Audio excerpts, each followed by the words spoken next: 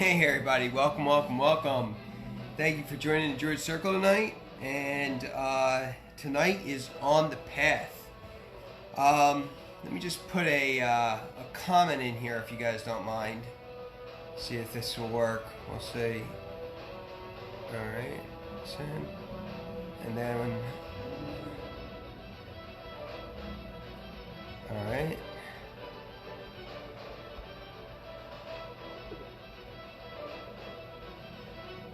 Hold on just a second. Now, for some reason, we're not getting this to... Alright, I put it in the comments, what we're talking about tonight. I can't pin it, so sorry about that. Tonight we are talking about On the Path, and On the Path is really an intensive and extensive approach to the religion and philosophy of the Druids. It isn't so much necessarily about magic. It isn't about, the occult per se. It's more about the belief system of the Druids, and moreover, not only the belief system of the Druids, their way of life, right? Their way of life. So that this protects the if you will, the credo, the canon of the Druids, whereas, say, Serene Sunday is all about what? It's about protecting, the non-scientific approach or the non-historical approach to Druidism. True historicity of the Druids, as far as Druid culture and civilization, I do those, but I haven't done those in a while, and I will probably get back to them. It's more of a history approach than the religion and philosophy. So I kind of break it down into three different parts. Actually, four different parts, but that's a horse of another color. And talking about horses, tonight we're going to talk about the Headless Norseman. And why the Headless Norseman? Not only just a very quick, kind of catchy title to get you interested in what we're going to be talking about tonight, and that is, obviously, since we're still in Samhain, we're going to be talking about death, right? And eschatology, if you will. The study of last things, the study of death.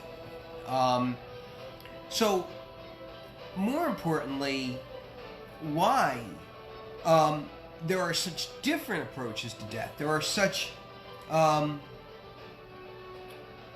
there are so many diverse ways to express it, and we see this in the folklore, and we see this in the stories that have been passed down. And while the stories differ pre-Christian times and post-Christian times, which we live in now, or at least during Christian times, I would like to say that the stories still don't necessarily change that much in the basis, okay?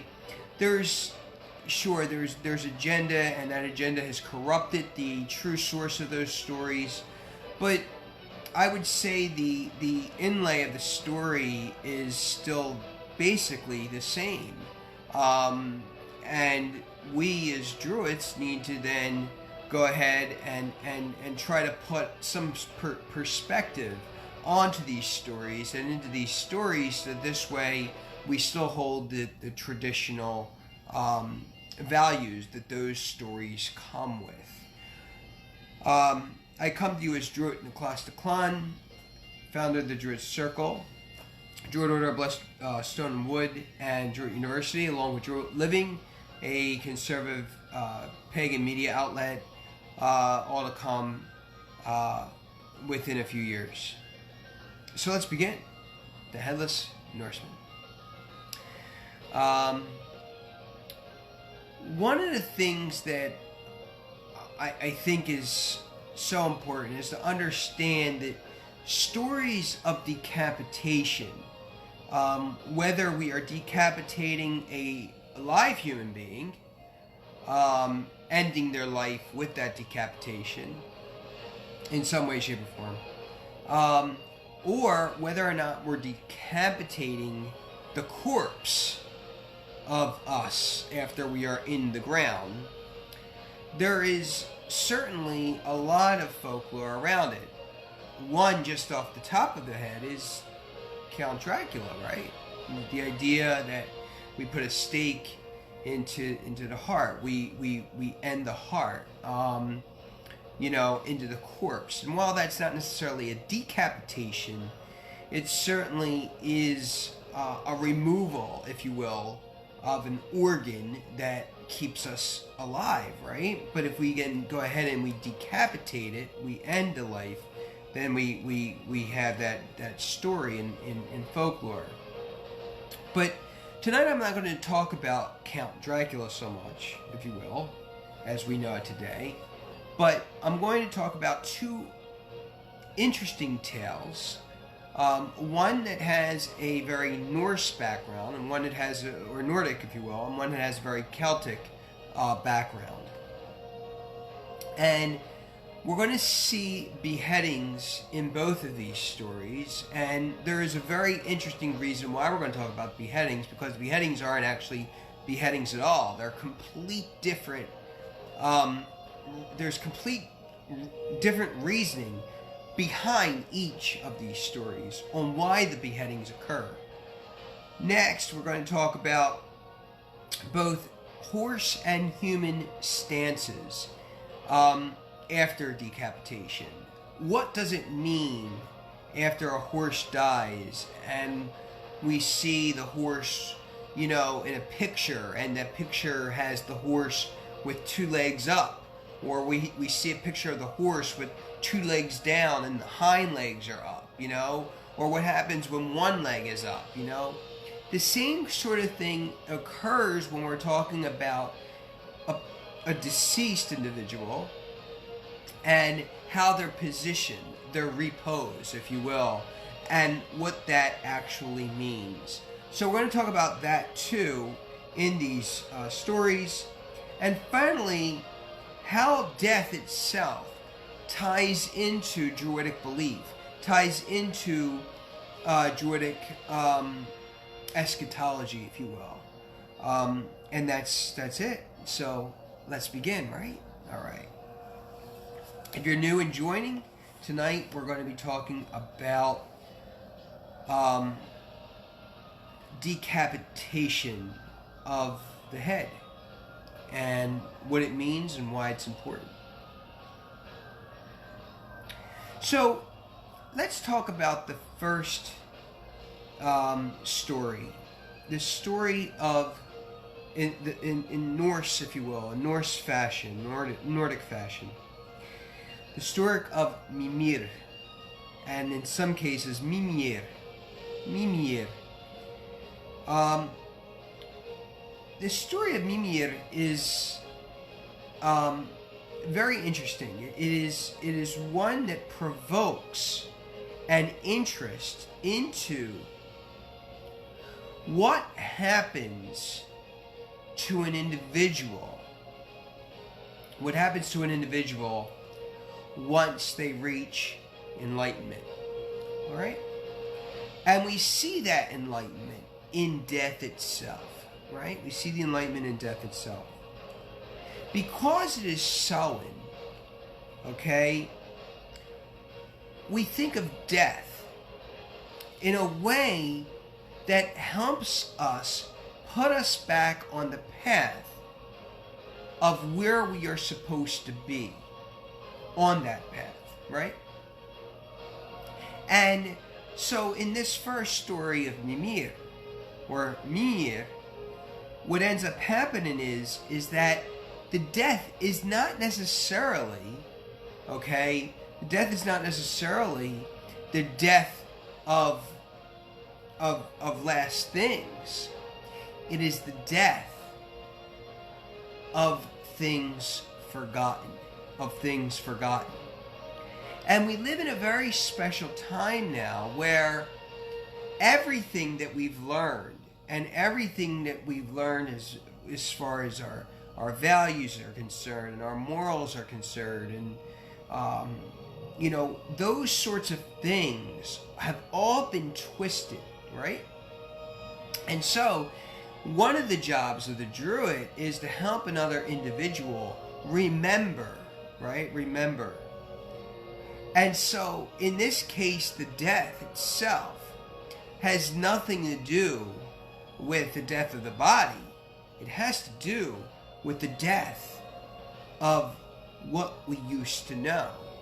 And therefore, the opposite of that death would be a sort of resurrection, if you will. And that resurrection is found in the etymology of just the name Mimir, right? And that name is what? That name means the rememberer, the one that remembers, right? The one that helps others remember. This is such an important faculty in these stories, especially in Norse tradition, because what ends up happening is that we then are able to recall the traditions of the tribes, the traditions of the ancestors, those sorts of things that have been corrupted today. And we see this all the way from cultural living to political entanglements, if you will. And that these things are and that our life itself is being erased. We live in a world where two genders don't exist anymore, right? That gender is just a figment of our imagination. It's a social construct, which is, basic BS. But that the and we live in a world where the Jesse James of our times are the heroes, and the heroes and the victims of the effects of those who are criminal are actually just regular decent individuals. We must remember what it was like prior to all of this corruption. And when we remember that, we are then acting in the person, the God of Mimir. The reason for this is because when Mimir, who could be a god of the Aesir, or an Aesir god, or a giant, it depends on what tradition you're actually using. I kind of see him as an Aesir god. Some would say Aesir. But when we think of this is a very wise being who provides and counsel and acts as a counselor to the Norse gods. Once the beheading takes place.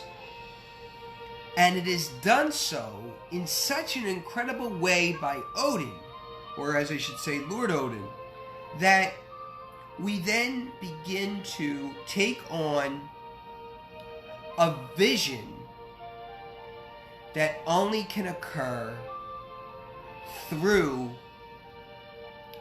magic. So what happens is that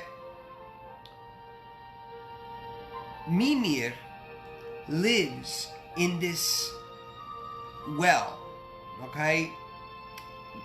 A well of water. We understand too that water is one of the greatest symbols and representations of the soul, okay? Now, it depends on the school of your belief system.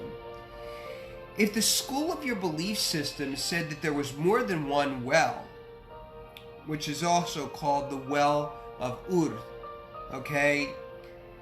If there's only one well, it's usually below the tree of Yggdrasil. But if you believe that the well of Urd is one of three wells, then those three wells Not one of three wells, is actually part of three wells. Then those three wells are underneath. Okay, so let me correct myself. I think I said earlier that the well of Ud was below. It's actually above. So if you're part of the school of thought, just to clarify, if you're part of the school of thought, this is the well of Ud is only one well, then it sits above the tree and is still water. But if you believe that there are three wells, then those three wells are part of the three roots of Yggdrasil that sit below the tree. Okay? Why is this important? Because Odin's sacrifice, okay, Odin's sacrifice is all about the soul. It's all about the soul. Odin, okay, doesn't give an eye for an eye. He gives an eye for a drink. A drink of a soul. A drink from the home of Mimir. Mimir's home is the Well of Ur. And regardless of whether or not you believe it is one of three or just one single as itself, it does not matter. What does matter is the fact that Odin wants a sip of this. Okay? So he wants to exchange his eye for a sip of the soul. And if eyes are the doors to the soul, okay, the windows of the soul, then Odin himself wants to drink from that well. Wants to drink from the home of Mimir. Now, Mimir's death and burial play an incredible part to all of this, okay? There are two tribes, and this is about Mimir's death and why he died, and not necessarily why he died, but how he died. And he dies within this war that goes on with two tribes. And I actually like to call them theocracies because they're governances of gods. So there's two of them, all right? Most people would call them tribes. The two tribes go to war. I say the two theocracies go to war. Same thing. One is the Aesir and one is the Vanir. Now, the Vanir kill Mimir. And when they kill Mimir, right? When they kill him, they decapitate. And they decapitate his head. They chop his head off. Okay? What happens is once they take his head off, alright, the head is and lays dormant until Odin comes and uses magic to make the head come back to life. He does this by herbs, okay, and he does this by chanting, okay. So what ends up happening is after he embalms the head with these embalming herbs, okay, and chants these songs, if you will, Mimir's head is then resurrected, comes back to life, and gives counsel to Odin. Later becomes the counselor of the gods of Aesir, or as many would say, Aesir. Okay? One of the stories, though, and this is particularly interesting, one of the stories about the positioning, the repose of the head that goes into the ground, if you will, is that it faces Aesir's enemies. It faces the Vanir.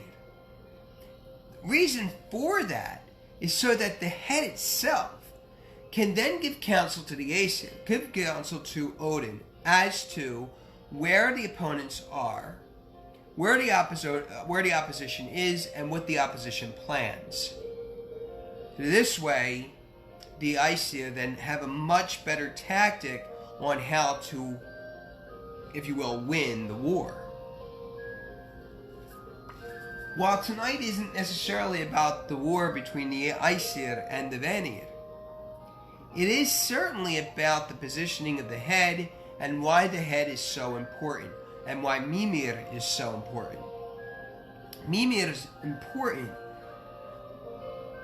but the reason for that importance isn't necessarily and simply giving counsel, okay, but the type of counsel.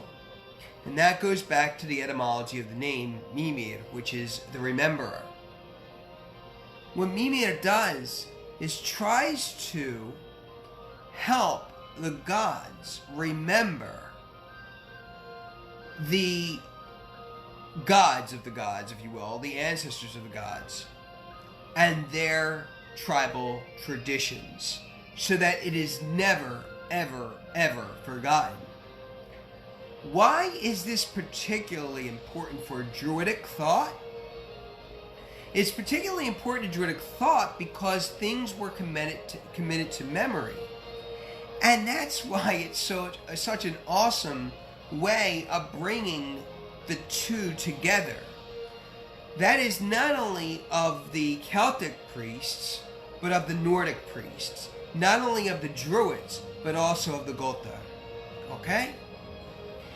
And one of the key things about both is that they both, prior to the runes, if you will, both enjoyed the idea of memory because it wasn't always paper and writing tools weren't always readily available.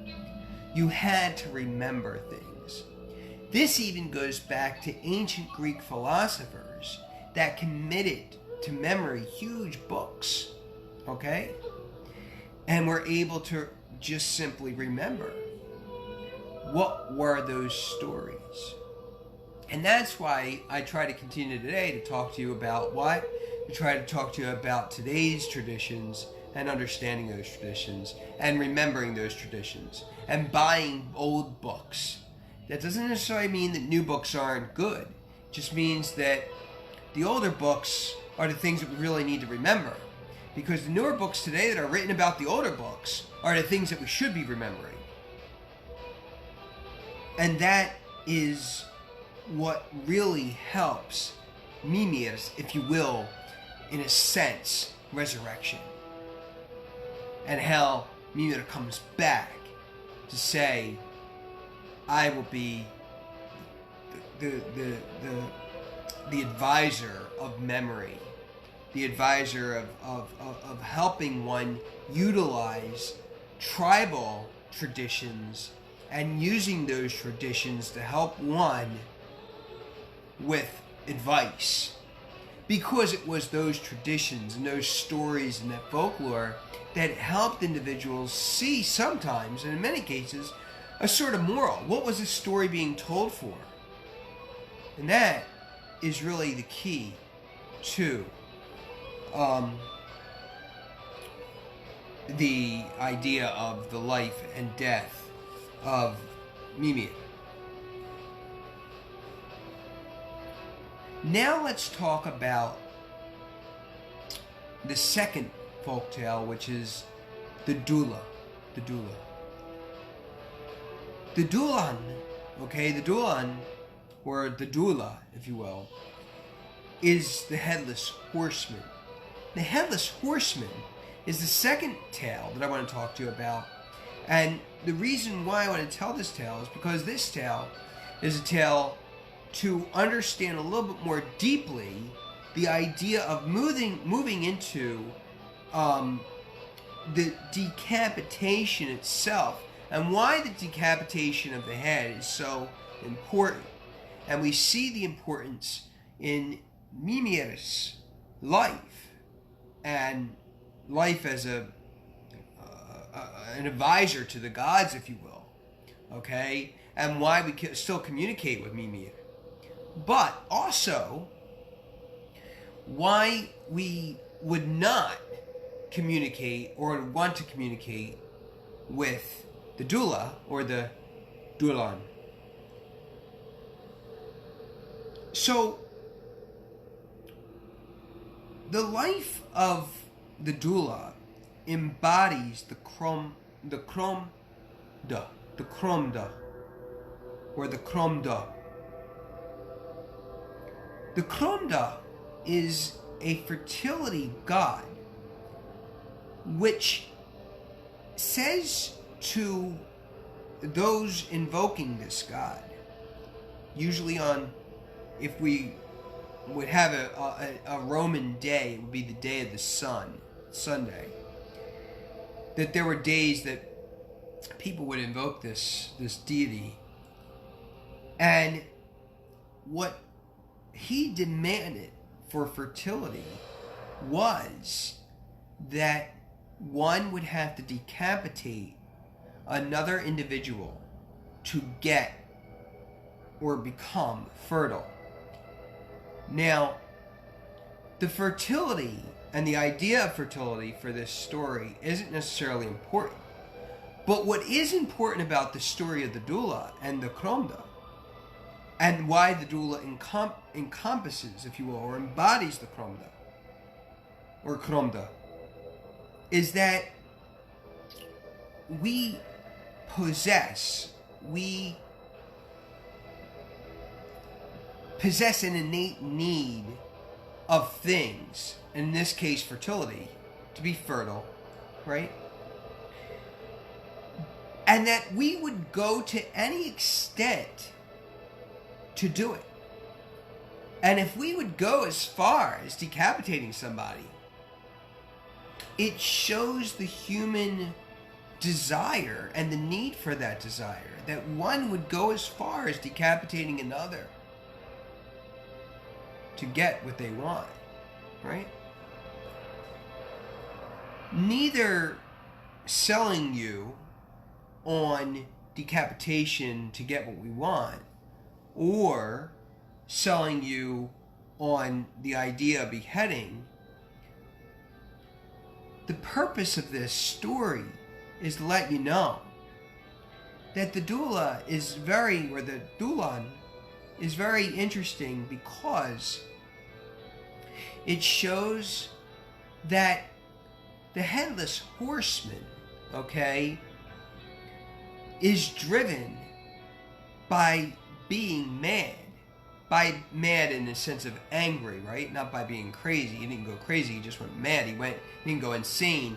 He got so mad that it is his grudge. It is his grudge that keeps him alive and empowers his story on roaming the roads to continue to let people know of their final destination, their fate, right?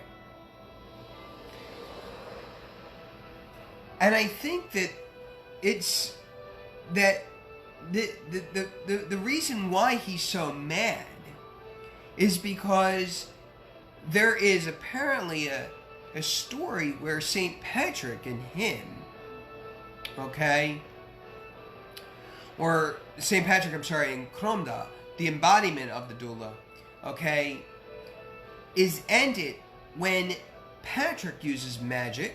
His magic is obviously stronger than the magic of the Kromda, and says, no, we're no longer going to decapitate people for fertility, all right?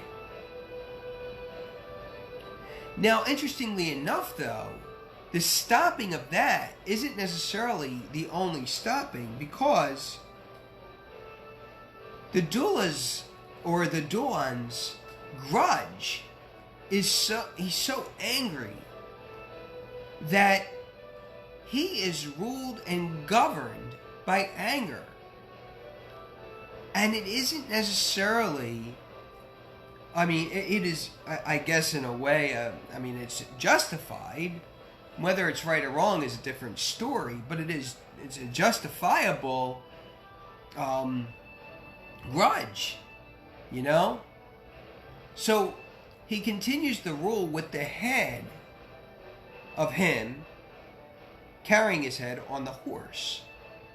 In some cases and in some folklore, there is no,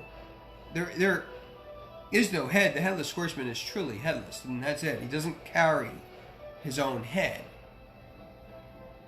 And I think it wasn't until later that carrying his own head was something that started coming into play, right? He roams the road calling names of those who are doomed to die. Now, he's accompanied by a kuchabor. A kuchabor. That's basically a death coach. A coach that is driven by headless horses. And those headless horses carry the doula and also a coffin in certain stories. What ends up happening is that these stories, though, are, entwined in a way where when you put them all together and use the maxims of everything, it creates a beautiful story of this Headless Horseman, his purpose, and the purpose of the kuchabor. The kuchabor is the carriage, or coach, stagecoach, if you will. And when you go back to the etymology of it, it actually means gate, and in some cases, stargate. A way of going in between worlds using this coach. And only the coach can activate it. How many horses? How many headless horses? There are 4. What else is there 4 of? There are 4 parts of your Druidic tetrachonomy. Your heart, soul, mind, and spirit. Just something to think about. When we look at folk tales and we hear these stories of the Headless Horseman and Mimir, while they're 2 completely different stories, they convey a very, very interesting idea. When we talk about the folk tales involving stories, right, of if you will, northwestern Europe versus northeastern Europe, the head, or the decapitation of the head, changes, right? When you move northwestern to northwestern Europe, you are learning about the negative connotations of, if you will, beheading. But when we go to the northeastern regions of Europe, we learn about the positive, if you will, the positive connotations of beheading, as we see in Mimir. Right? Either way, whether you see it in a positive light or a negative light, what we are seeing is something much more entrancing. The reason for the decapitation isn't the loss of body parts that are part of the physical world, the body parts that live in the real world, right? But they're part of the really real world. The parts of the body that are part of the really real world, the metaphysical world, right? And that those parts are the Druidic tetrachonomy, the heart, soul, mind, and spirit. Not the heart that pumps the blood, the heart, one's own heart, and soul, and mind, and spirit, right? That each of these parts of the Druidic tetrachonomy are attached to one part of the body. Now, while this, not tonight obviously, I'm not going to go into it, but I think I talked about it in another video, where each of these parts of the Druid tetrachonomy are attached to a body part, right? The head is a symbol of the soul.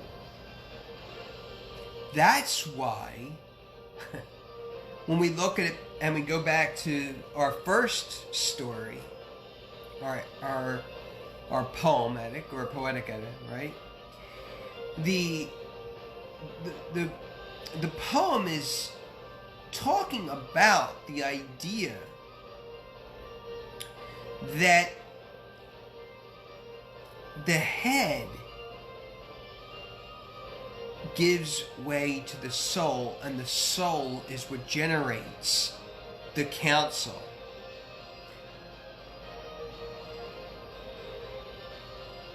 But that's in Norse mythology. And in Celtic mythology, the head is more about the soul giving advice, advising. In Norse, it's more about counseling the gods on memory and remembering. But in Celticism, it's more about giving advice as a warning, sort of like a banshee, right? I don't necessarily believe that the Headless Horseman is a banshee. Just like I don't think Jack O'Lantern, if you will. Just like I don't think Jack is actually a banshee. But they sort of have the same physical and metaphysical entanglements.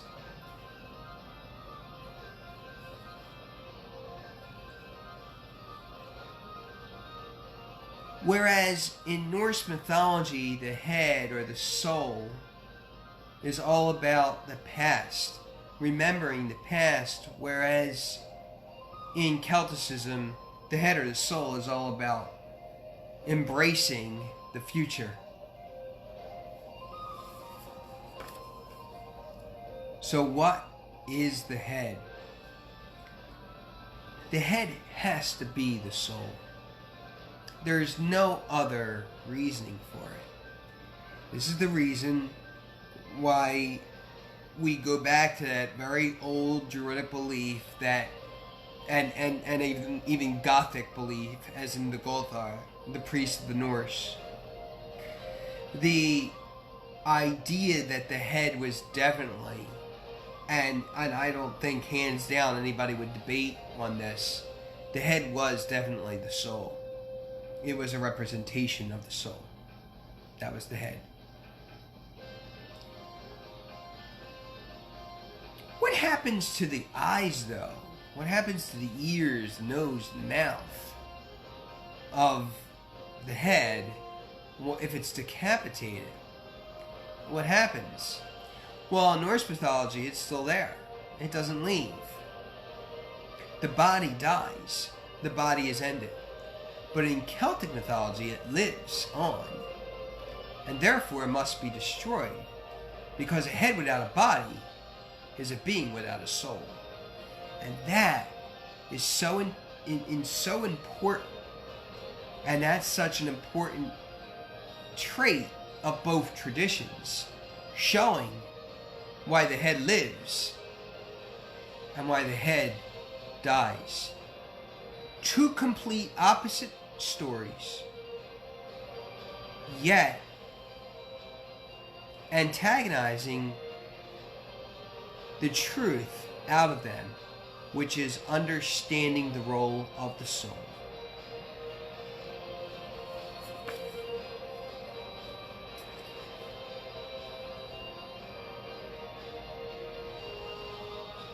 In many cases, like we talked about earlier, there's stories of decapitating the corpses, chopping the head off of a corpse, or severing it from the body once it's in the ground. Right? the reason for decapitation of a body once it's in the ground is so that it can't roam the earth forever. Slancha. Skull. Once it does that, then, you know, it would bring us to question whether or not we feel or lay victim to the belief that we feel sorry for the doula, or whether or not we don't want the presence of it. Why I would definitely recommend, you know, using the intercession of Mimir or Mimir. I wouldn't necessarily use the intercession, obviously, of the doula. Be very careful on who you wake, if you will. And that could be a pun intended, awake. But, you know, I would definitely say that, you know, unless you are certain that your Druid circle is strong enough, you know, invoke those patrons that are a positive role in your life and help you move forward in your own Druid circle. But with regard to what happens if the head is decapitated from the body and the body lives on, how does that body see? How does that body taste? How does that body breathe, if you will, right? How does it live? Well, there's a lot of, I guess, if you will, there's a lot of stories for it. One major one, and one major story, is that the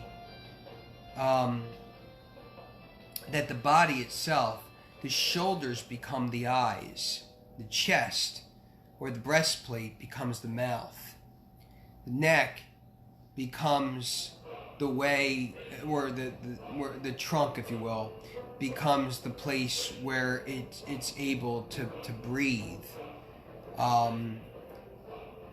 and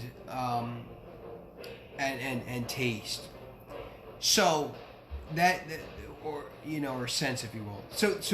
So I think that's very interesting, because when we make, if you will, when Christians make, or Catholics, I should say, make, or those that use the symbol of the cross, they bless themselves here first, the head, which is the soul, right? Head, down here to the mouth, right? And then across the shoulder to the shoulder, which are the eyes, right? And if we're using the eyes here, and there's no eye here because the head is decapitated from the body, then the third eye is still above it and forms the triangulation. I hope tonight helped you understand a little bit more about understanding the decapitation of the head in folklore, and why, for some, especially those practicing Druidism, use and still use intercessors such as Mimir or Mimir, and stay far away from, say, the embodiment of Kromda, which is the doula, or the doula. I don't necessarily believe that one is either demonic or angelic. I do believe that both have their own places. And while Mimir would be the selling point to get you involved or interested in who you would seek counsel for old traditions, and I would say even, if you will, why Mimir is such an important aspect of today's society.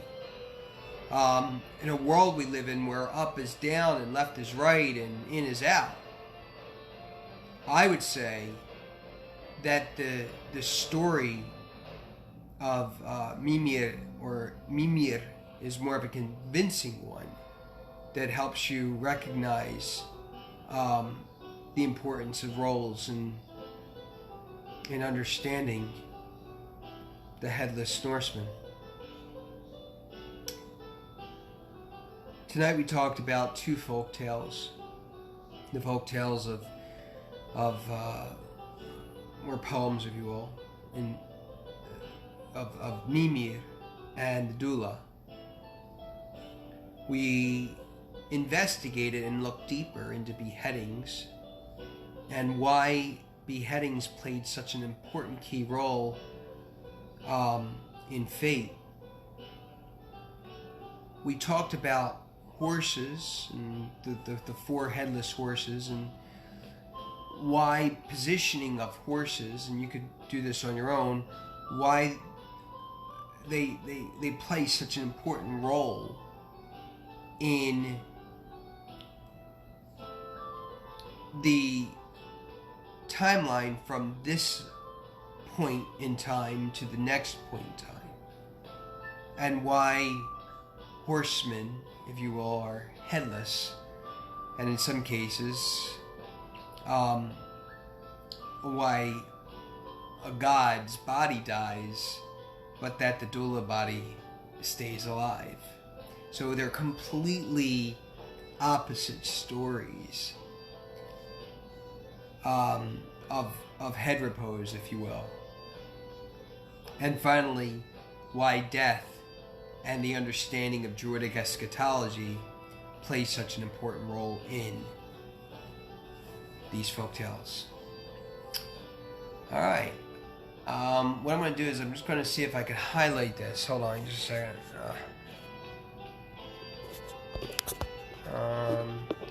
Alright, it doesn't look like I'm able to highlight my comment, so I'll just leave it like that. And yeah, leave me your comments in the strand, and if you have any questions, leave them for me. I'll take them and answer them. Have a good night, everybody. Whatever time of day it is, make it great, and always remember that the elevator pitch of the Druids is that it all works out, no matter what. And I hope that tonight you understand